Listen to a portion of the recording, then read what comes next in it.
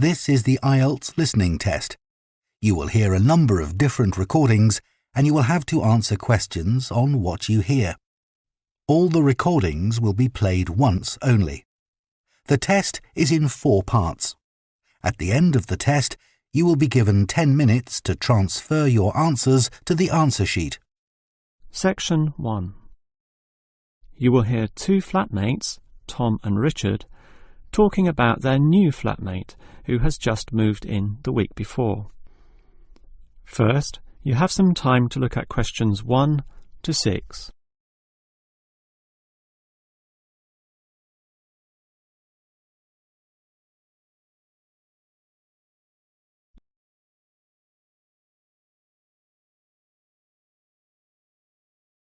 You will see that there is an example that has been done for you. On this occasion only, the conversation relating to this will be played first. Hi, Richard. I'm glad I caught you here. Can I just talk to you about something? Our new flatmate, Anders, is not quite what I had hoped. I was wondering if you shared my concerns about some of his behaviour. The new tenant's name is Anders, so Anders has been written in the space. Now we shall begin. You should answer the questions as you listen, because you will not hear the recording a second time. Now listen carefully and answer questions 1 to 6. Hi, Richard. I'm glad I caught you here. Can I just talk to you about something? Our new flatmate, Anders, is not quite what I had hoped. I was wondering if you shared my concerns about some of his behaviour. Yes, Tom, I know what you mean, but we can't be entirely negative. He has good points. I mean, at least he's quiet. He doesn't play loud music all night or bother others or turn his TV up, disturbing everyone. Sure, he's quiet, but remember our last flatmate? He'd say hi to you and smile and treat everyone politely. In comparison, this new guy is very impolite. He just grunts in reply and sometimes ignores me altogether. I guess that's just his way. You know, just his character. I don't think he realises he's being impolite, and it shouldn't matter to us too much. We can just ignore him too and quietly live our own lives. But his friends are hard to ignore when they visit. I know what you mean, but how often does that happen? I rarely see them, maybe once or twice a month. If they came more often, it might be a problem, but as it is, such rare visits don't matter so much. Wouldn't you say so? Well, I'm not sure, since it's very obvious when they're here because of all the cigarette smoke in the house. It stinks up the place, and you know we don't allow smoking on the premises. Well, I've never seen them doing this. Maybe they do it outside. Perhaps we can talk to Anders about it. Always remember, though, in one respect, he's a good tenant. And it's the most important aspect. The previous flatmate would always pay the rent late. I know what you're going to say. This guy pays promptly. But there's more to being a good tenant than prompt payment. I mean, you need to turn off the TV, clean up your dishes, dress respectably, be polite, and so on. I guess what I'm saying is that basically you need to cooperate with the others, and this new guy fails significantly in this respect. OK, I suppose you have a point there. Before you hear the rest of the conversation, you have some time to look at questions 7 to 10.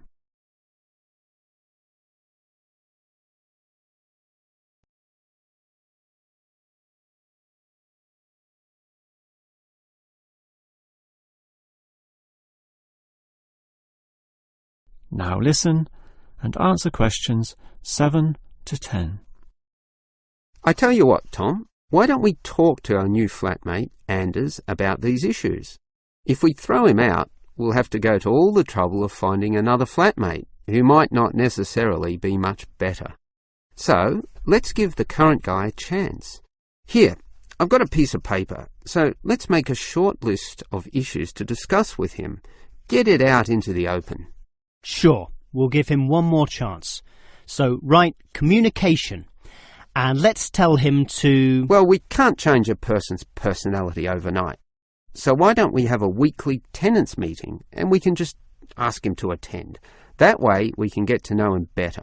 I'll write attend meeting and we can take it from there. OK, but we have to tell him about his friends. They can't just do whatever they want. Write a heading Friends and then write Don't smoke anywhere, inside or outside. Well, instead of being so direct and possibly causing offence, I'll just write Follow rules and verbally mention the rules. TV off by 10 p.m, no loud music or bad behaviour, including smoking. OK, do that, but I still think we need to specifically mention that last issue. You know how I can't stand the habit. So I'd like this to be another and separate point. Cigarettes, strictly forbidden. And it's important to include the strictly here. We can't pussyfoot around too much. Sometimes directness is necessary. OK, I'll write that.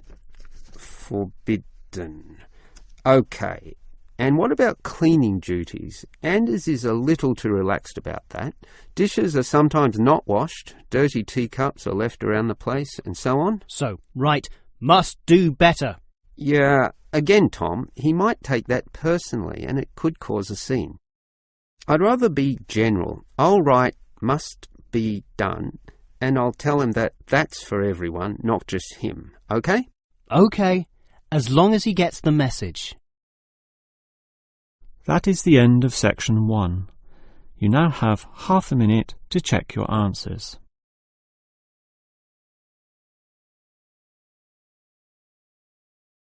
Now turn to section 2. Section 2. You will hear a first aid officer talking to a group of factory workers about emergency first aid. First, you have some time to look at questions 11 to 17.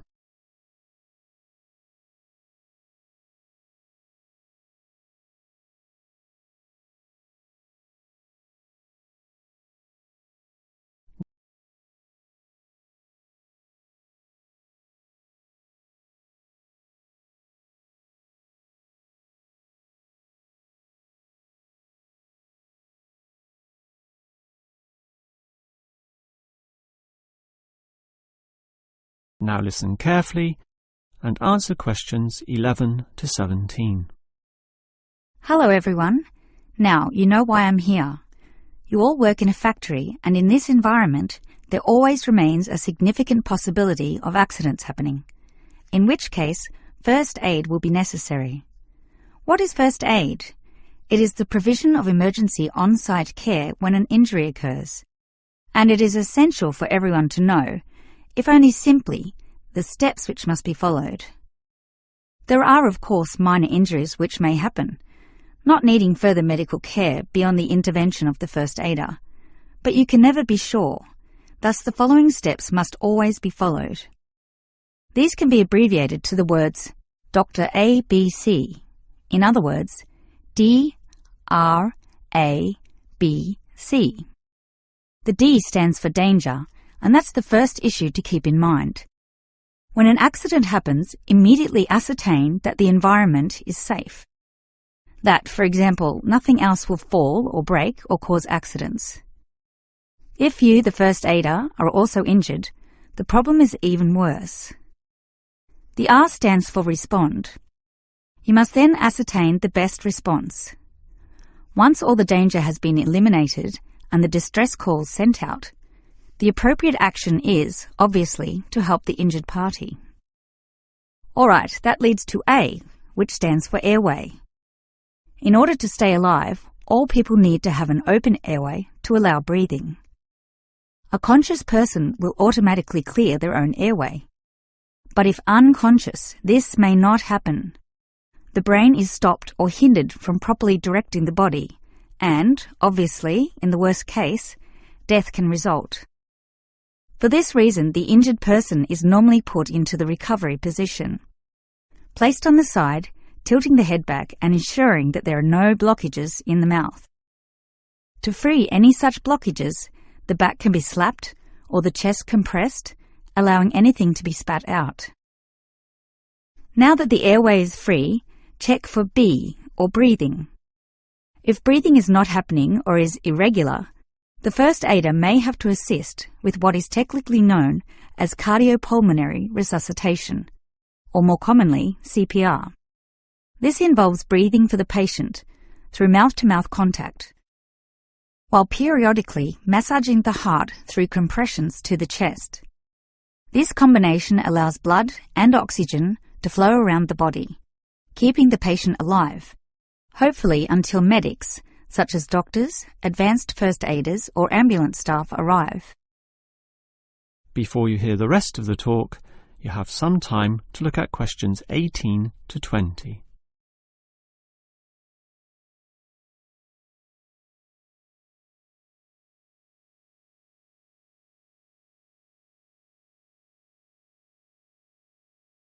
Now listen and answer questions 18 to 20.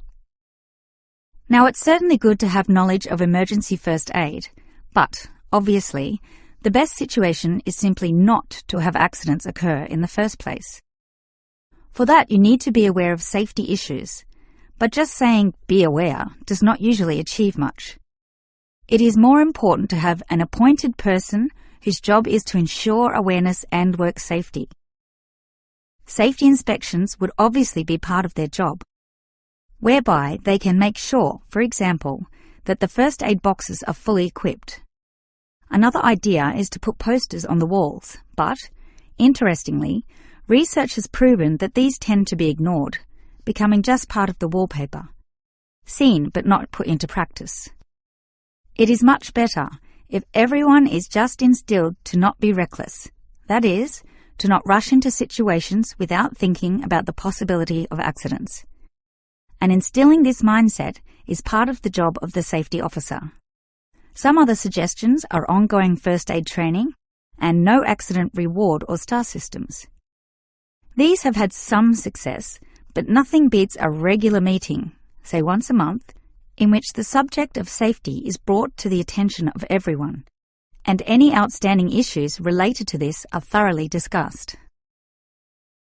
That is the end of section 2. You now have half a minute to check your answers.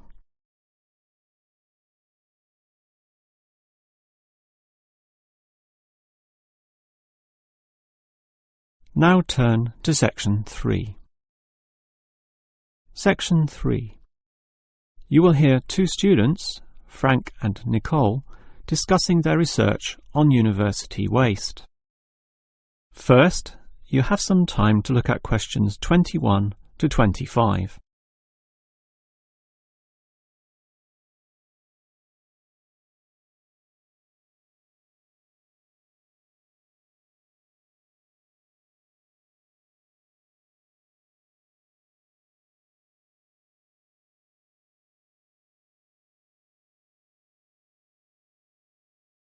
Now listen carefully and answer questions 21 to 25.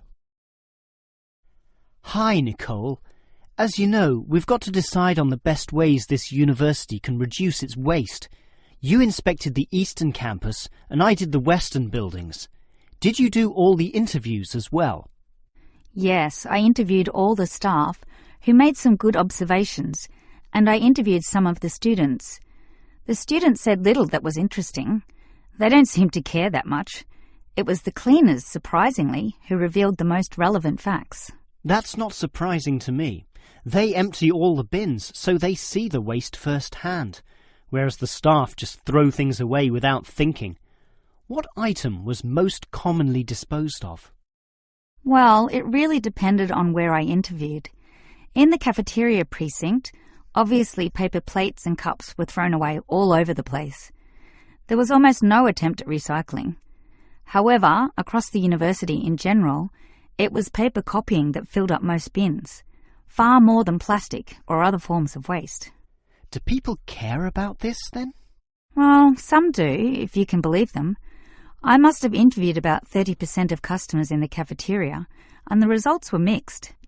Out of all the people I interviewed, well over half, maybe about 55% of them, were quite honest about it, telling me that they had little concern.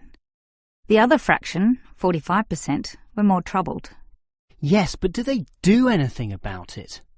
Surprisingly, quite a significant percentage do something, even if they aren't particularly concerned. I mean, small things. About 10% bring their own cups to the cafeteria, for example, and at least 1/3 said they use recycling bins. So, in total, it's an equal split between those who do something or those who don't. So why do so many people remain inactive, particularly over an issue they should care about more? I think they do care, and many of them are prepared to do something. Obviously, there's an element of laziness, but I'd say that it's relatively small. If they knew what to do, and if stringent systems existed, or if the importance of this was made clearer to them, I'm sure you'd see a much larger percentage of people actively working towards helping our environment. Well, there's cause for optimism at least. Before you hear the rest of the conversation, you have some time to look at questions 26 to 30.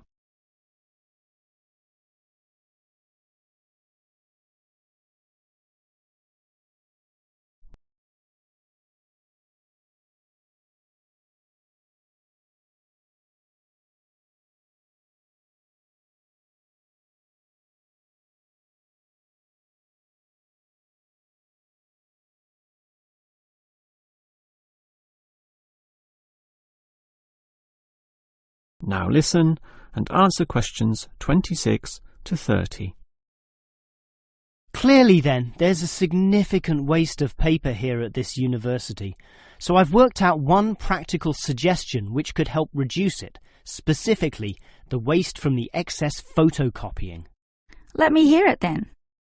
Obviously, for a start, we've got to ensure that people, including the staff, without exception, copy both sides of a page. We can't tolerate single-sided copying. It's just far too wasteful. Absolutely. Just more trees being chopped down.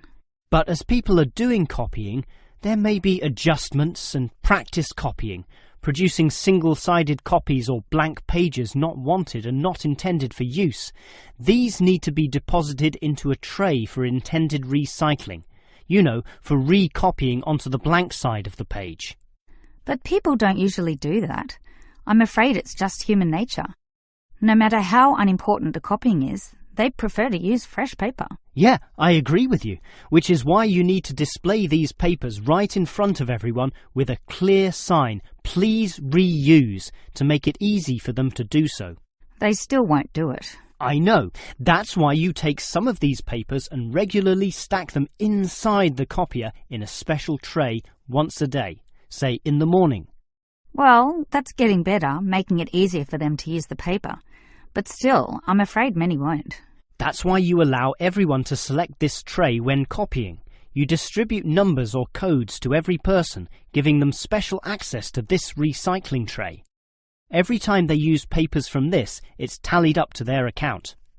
I know I'm sounding a bit negative, or even cynical here, but why should they bother using that tray? Because the person who does the most copying from this recycling tray gets, say, a cinema pass or lottery ticket or some other sort of reward. Oh, right. Now that's a system which might just work. Let's trial it in the office and see what happens. That is the end of section 3. You now have half a minute to check your answers.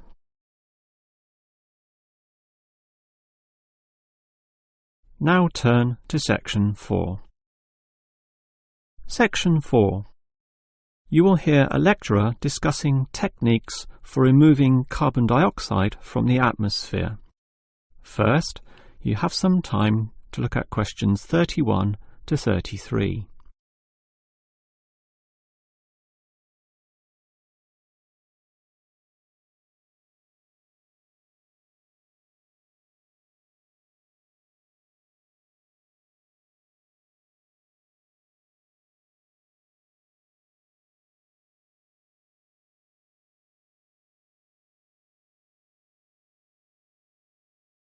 Now listen carefully and answer questions 31 to 33. We all know about the role of carbon dioxide in causing global warming. Obviously, society needs to reduce the release of carbon dioxide, otherwise known as CO2. This gas comes from the burning of fossil fuels, such as coal and oil, and it is virtually impossible for society to prevent or even limit such activity. Our need for energy and power is just too great. Instead, a more practical idea is to collect the carbon dioxide from the burning process, for example, directly from the chimneys of power stations, and somehow prevent this gas from being released into the environment. To do that, you need to store it somehow, and that has to be essentially forever.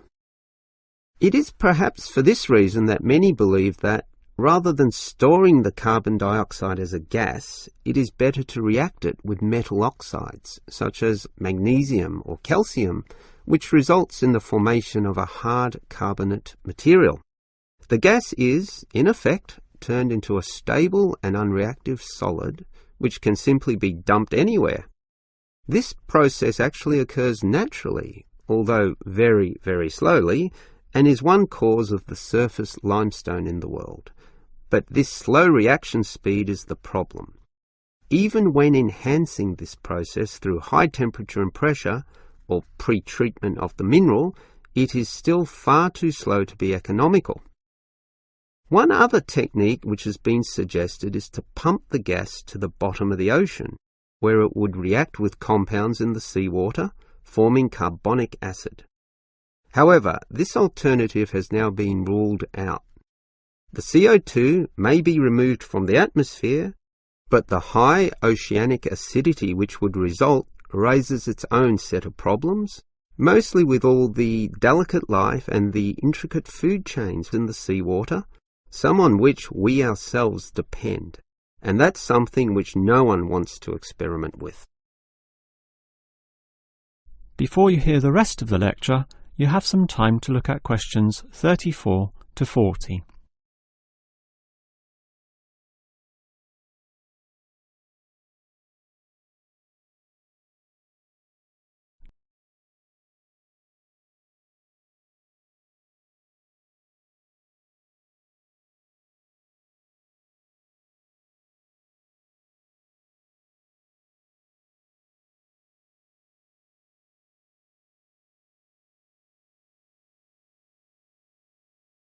Now listen and answer questions 34 to 40. Perhaps because of the lack of alternatives, the most commonly discussed solution to the problem of disposing of carbon dioxide is to pump the gas underground, a technique known as geosequestration. In this system, the CO2, for example, could be pumped into underground pockets within depleted oil wells or disused coal tunnels. This carries, however, three serious disadvantages, namely the risk of leaks, the considerable costs involved, and finally the unproven effectiveness. Let us look at those three disadvantages in detail. Firstly, there is the risk of leaks.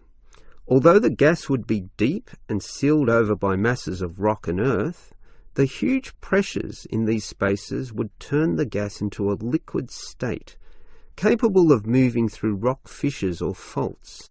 This could allow the gas to eventually be released to the surface. Since CO2 is heavier than air, and thus pushes oxygen aside, such leaks could result in the suffocation of thousands or tens of thousands of people, certainly not a consequence to be taken lightly. Natural CO2 leakage from volcanic buildup has already witnessed such deadly events. The other problem of geosequestration is the cost. The time and effort spent on materials and construction, primarily the pipework through which the gas would travel, does not come cheaply. So, if this system were to be implemented in, say, coal-fired power plants, the extra cost would have to be paid by the electricity user, whose bills would almost double as a consequence. Few people are prepared to pay this much simply to make a small dent on the effects of global warming. And this leads to the final problem. The most basic question is whether geosequestration actually reduces global warming. The problem here is that the energy needed to create and drive the sequestration process would require approximately a quarter of a coal-fired electricity plant's output. In other words, the plant would have to burn 1/4 more of its coal just to account for the sequestration of the carbon dioxide. And with coal producing other noxious pollutants, such as sulfur, ash and heavy metals, the environment is hardly benefited at all. Nevertheless, there are many active experimental efforts underway, primarily in oil production sites. These are small but intensively monitored and analysed. All we can say now is that the jury is still out on whether underground carbon storage will one day be feasible. That is the end of section 4. You now have half a minute to check your answers.